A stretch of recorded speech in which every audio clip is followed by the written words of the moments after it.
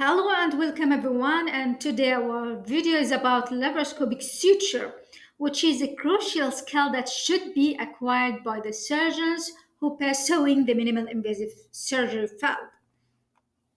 Let's go over the essentials needed to start training in laparoscopic suturing, as well as the setup required for performing laparoscopic surgery.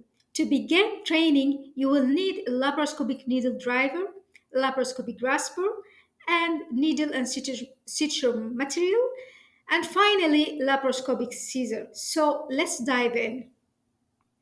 Laparoscopic needle drivers typically consist of long, narrow shaft with handle on one end and hinge jaws on the other. Needle drivers are available in various lengths, with 30 to 35 centimeter being the most. Squeezing the grip opens the jaws, while releasing it allows them to close. Here we have two types of needles, curved needles and sky needles. The curved needles is more commonly used and requires less effort to navigate tight spaces. On the other hand, the sky needle has a slight lateral curve, making it easier to load and handle, especially for beginners. It also has the advantage of passing smoothly through 5 millimeter pores without getting stuck. How to insert the needle through the abdominal wall? There are mainly two ways. Either direct method in which the needle can be inserted directly through a port site incision, and this requires a curved needle less than 48 millimeter in size to pass through a 5 millimeter incision into the cavity. So you will hold the suture approximately 2 centimeters above the needle switch and carefully insert it through the 5 millimeter incision under direct visualization. The other way, through the cannula. And for this method, the curved needles smaller than 36 millimeter can be passed through the sleeve of 12 millimeter cannula. So, why is knot tying and suturing considered challenging in laparoscopic surgery? Well, the main challenges in the laparoscopic suture is because the limited range of motion, reduced tactile feedback, and the using of long instruments. So all these things make it more challenging for the surgeon. So, why is not tying? So, how to grasp the needle? Each needle and suture has three important points. Point A is 2 centimeters from the hub and it is the first grasping point. Point B is 1/3 from the tip and this is the second grasping point.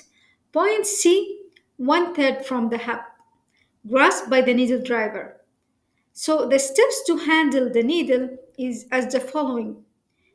We can see here in image 1, we use your right needle driver to hold the needle at point A. Then loosely grasp point B with your left hand grasper. And stabilize your left instrument using the right needle driver. Practice gently swiveling the needle back and forth to get comfortable with free movement. Finally, use the needle driver to firmly grasp the needle at point C, then release the left hand grasper. Here we're going to learn how to do intracorporeal knot tying by the drop needle technique. So first, create elongated U and begin by shaping the suture into elongated U.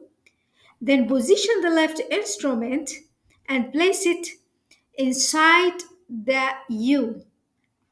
After that, perform the first throw. Twist the suture around the left hand instrument to form the surgeon knot. Use the left hand instrument to cross the suture tail and pull it downward. Simultaneously, use the right hand instrument to pull upward to secure the knot. Now the second row, form another elongated U with the suture. Place the instrument outside the U this time and twist the suture and cinch the knot tightly to secure it. With this technique, we have learned the foundational steps for performing laparoscopic suturing effectively. Make sure to practice these steps regularly to build your confidence and skill. We would love to hear from you. Share in the comments how many times or attempts it took for you to feel comfortable with this. Thank you so much for watching.